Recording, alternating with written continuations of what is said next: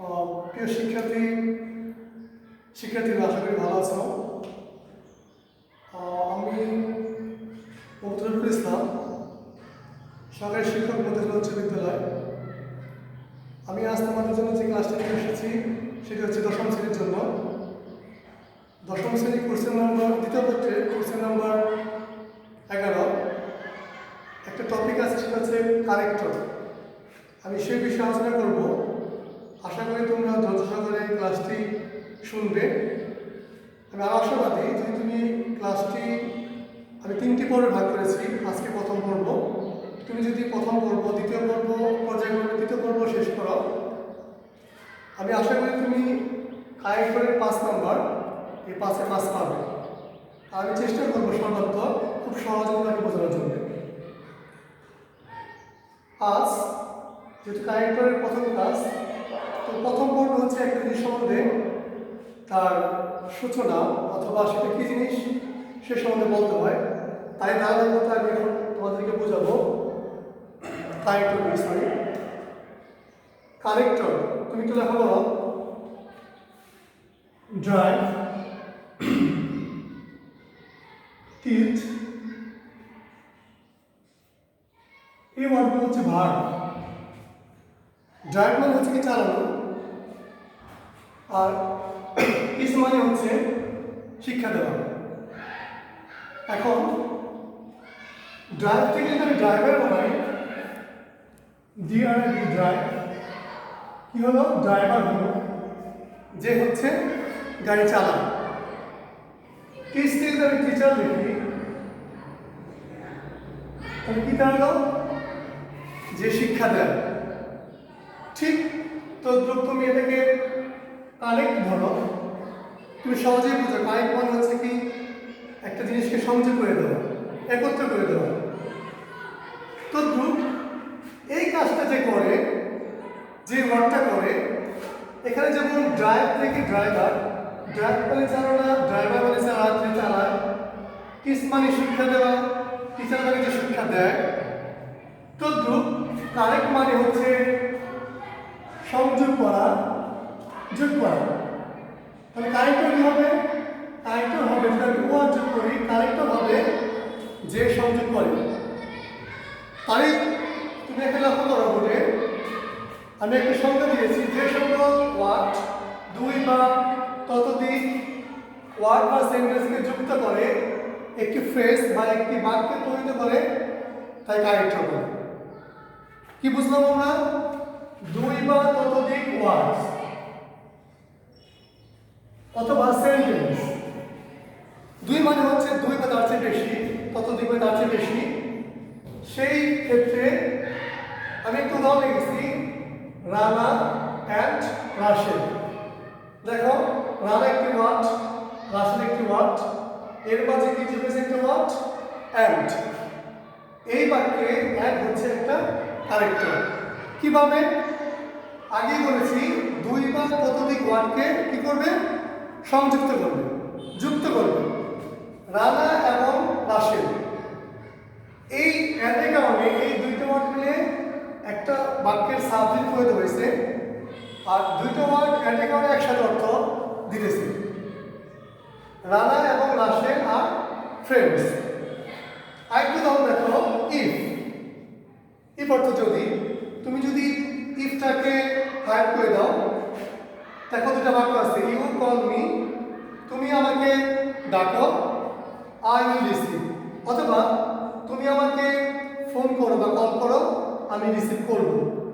2টা বার করে ইফ দিয়ে যুক্ত করছি। অর্থ কি দাঁড়ায়? যদি তুমি আমাকে কল করো, আমি রিসিভ করব। ঠিক এরকম কিছু ওয়ার্ড আছে, যে ওয়ার্ডগুলো একাধিক ওয়ার্ড অথবা একাধিক বাক্যকে সংযুক্ত করে একটি বাক্যে বা একটি সমষ্টিগত অর্থ প্রকাশ করবে, সেটা হচ্ছে কারেক্টর। আশা করি তুমি তারা বুঝছো কারেক্টর কি। কারেক্টর হচ্ছে কি কারেক্ট করা, যে কারেক্ট করে সেটা হচ্ছে কারেক্টর।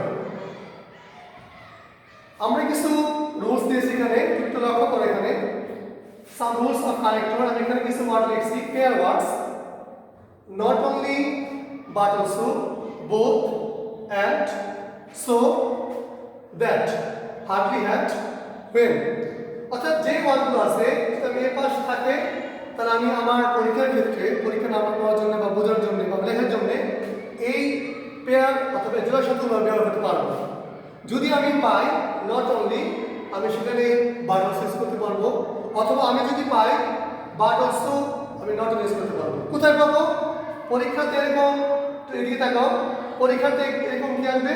প্যাসেজ আসবে। এবং তোমরা জানো ক্লাস 10 যদি পড়ো, ক্লাস 9 তুমি এটা করছো, তো সেক্ষেত্রে আমি আরেকটু বাকি বলতে চাইতেছি, সেটা হচ্ছে একটা প্যাসেজ থাকবে, কিন্তু কি থাকবে? 5টা শূন্যস্থান থাকবে।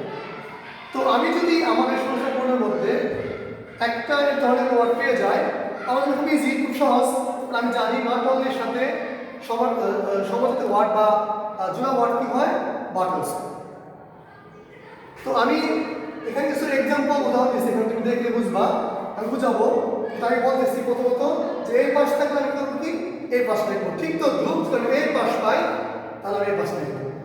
আসা যাই, আমরা দেখি এখানে কি আছে লেখা। I have two friends, আমার দুজন বন্ধু আছে। They are both, আমি আমার একটা ওয়ার্ড পেয়ে গেছি both। তো আমি জানি both থাকলে কি দিতে পারবো? এখানে both থাকলে আমি এখানে and দিতে পারবো। তাই আমি খুব সহজে they are both singers and players কি লিখবে এখানে? and লিখবো। কারণ কি? যে আমি সহজে জানি কিছু পেয়ার ওয়ার্ড আছে, এই ওয়ার্ডগুলো একটা পার্ট থাকলে একটা পার্ট দেওয়া যায়। এখানে নট অনলি আছে, কি দিতে পারবো? But also. বোথ থাকলে কি দিতে পারবো? অ্যান্ড। সো থাকলে দেন, অথবা দেন থাকলে সো, অ্যান্ড থাকলে বোথ। এইভাবে যদি আমি বোথ পেয়েছি আমি কি দিয়েছি? অ্যান্ড দিয়েছি। আশা করি বুঝছো তোমরা। আরেকটু যেমন দেখি, আমি লিখছি Russell is one of them. আমার দুজন বন্ধু ছিল, তার মধ্যে রাশেল একজন। ইজ নট অনলি, আমি আরেকটা ওয়ার্ড পেয়ে গেছি নট অনলি। তো আমি কি দিব? যেহেতু নট অনলি এখানে পেয়েছি, আমি কি দিব? But also. Is not only ম্যান্ডিয়াস বাট অলসো ইন্ডাস্ট্রিয়াস। তাহলে কি দিলাম এখানে? But also. নট অনলি তাহলে কি দিব? বাট অলসো দিব। এবার আরেকটা ওয়ার্ড দেখো, he is neither a poet, অথবা কি লিখছি? এ ফিলোসোফার। যেহেতু এখানে এই ওয়ার্ডটা আছে আমার এখানে, এই ওয়ার্ডটার সাথে আমার জানা আছে কি দিতে হবে? নট। আমি এখানে নট দিয়ে দিই। যদি এই ধরনের ওয়ার্ড পাই আমার জন্য সহজ হয়, সহজ হয়ে যাবে অ্যান্সারটা করা। আর তুমি একটু ভালো শিখতে চাও, যদি এই ওয়ার্ডগুলো অর্থাৎ শব্দ জেনে নাও, বুঝে আরো বেশি সহজ হবে। তারপর শব্দার্থবিহীনভাবে তুমি অ্যান্সার করতে চাও, তোমাকে এগুলো ফলো। দ্বিতীয়টা আমি একটা হেডলাইন লিখছি, রিলেটিভ প্রোনাউন। তোমরা জানো রিলেটিভ প্রোনাউন কি? রিলেটিভ মানে কি? সম্পর্ক। প্রোনাউন সর্বনাম পদ। তাহলে কিছু রিলেটিভ প্রোনাউন আছে, যেমন হো, হোয়াট, হুইচ, হোয়েন, দ্যাট। এখানে অর্থ দেওয়া আছে, আর এগুলো কোথায় বসবে আমি তা লিখে দিয়েছি। তুমি একটু লক্ষ্য করো, হু অর্থ যে, ব্যক্তি খেতে পারবে, অর্থাৎ ব্যক্তি হলে কি দেবো? আমি হু দিব। হোয়াট অর্থ যা, কোথায় বসবে?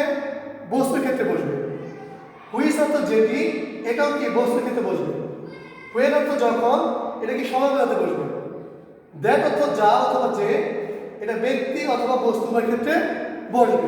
একটা জিনিস মনে রাখবা, তুমি যদি কখনো দ্বিধাদ্বন্দ্ব করে যাও যে কোনটা কোথায় বসবে, তো তুমি খুব সহজে দ্যাট দিতে পারো। কারণ দ্যাট কি বসবে? ব্যক্তির বেলা বসে, বস্তুর বেলা বসে। একটু দাম দেখাই, I have a cat that looks very nice. আমার একটা বিড়াল আছে। তো ক্যাট কিন্তু মানুষ না, প্রাণী হলো। আমরা সাধারণত গ্রামের ভাষায় মানুষ ছাড়া অন্য যে এগুলো আছে নিচু শ্রেণীর প্রাণী বলে আমরা, একটা নিচু শ্রেণীর প্রাণী। এই ক্ষেত্রে আমরা কিনতে পারি হুইচ অথবা হোয়াট অথবা that. I have a cat which অথবা হোয়াট অথবা দ্যাট ইজ ভেরি নাইস। মিলে গেল। ঠিক তথ্যভাবে এই ওয়ার্ডগুলোতে তুমি ট্রাই করবা। I have a friend, it is 10 AM, এই দুটো সংস্থাপন পূরণ করবা। নেক্সট ক্লাসে আমি এই দুটো বাক্য তোমাদেরকে আমি অ্যান্সার করে দেব। তোমরা দেখবা মিলিয়ে যে তোমাদের অ্যান্সারটা কারেক্ট না ইনকারেক্ট। তো যতটুকু বলছি এখানে আজকে আমাদের 3টি পর্ব আমরা বলছিলাম শেষ করব। প্রথম পর্ব মোটামুটি শেষ করতেছি এখানে, আর 2টা পর্ব থাকবে এর উপরে।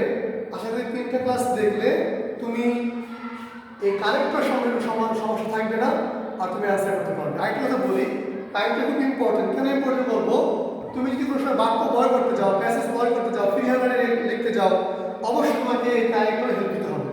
ক্যারেক্টারের নাম বলো, অনেকে বলে কনজাংশন, অনেকে বলে লিঙ্কিং ওয়ার্ডস। সো এগুলো খুবই ইম্পর্টেন্ট। কোন ক্ষেত্রে তুমি যদি কিছু নিজে লিখতে যাও, বাইরে লিখতে যাও, তোমাকে এগুলো দেখতে হবে, সেন্টেন্সটাকে এক্সটেন্ড করতে হবে, বড় করতে হবে। সেই ক্ষেত্রে তোমাকে এগুলো খুব ইম্পর্টেন্ট। তো আমি মনে করি কারেক্টরটা আমাদের ক্লাস 10 এর জন্য সিলেবাস করছে গভর্নমেন্ট। এটা খুবই উপকার হচ্ছে স্টুডেন্টের জন্য, যেহেতু তারা কি এটা এরকম লাগবে পরবর্তী সময় সারা জীবনের মধ্যে বাক্য বয় করতে হবে, কথা বলতে হবে। তো আজকে এ পর্যন্তই। শিক্ষার্থীরা আসলে ভালো থাকবা আর আমাদের সাথে থাকবা, যেহেতু আমাদের কন্টিনিউ ক্লাস চলতেছে, ক্লাস চলতে থাকবে। তোমরা এগুলো অবশ্যই বাসার খাতায় লিখে প্র্যাকটিস করবা, পড়বা। সমস্যা হলে আমাদেরকে অবশ্যই কমেন্টে করে জানাবা। আমরা নেক্সট ক্লাসে সমাধান করার চেষ্টা করবো ইনশাআল্লাহ। সে পর্যন্ত ভালো থাকবো। ধন্যবাদ সবাইকে।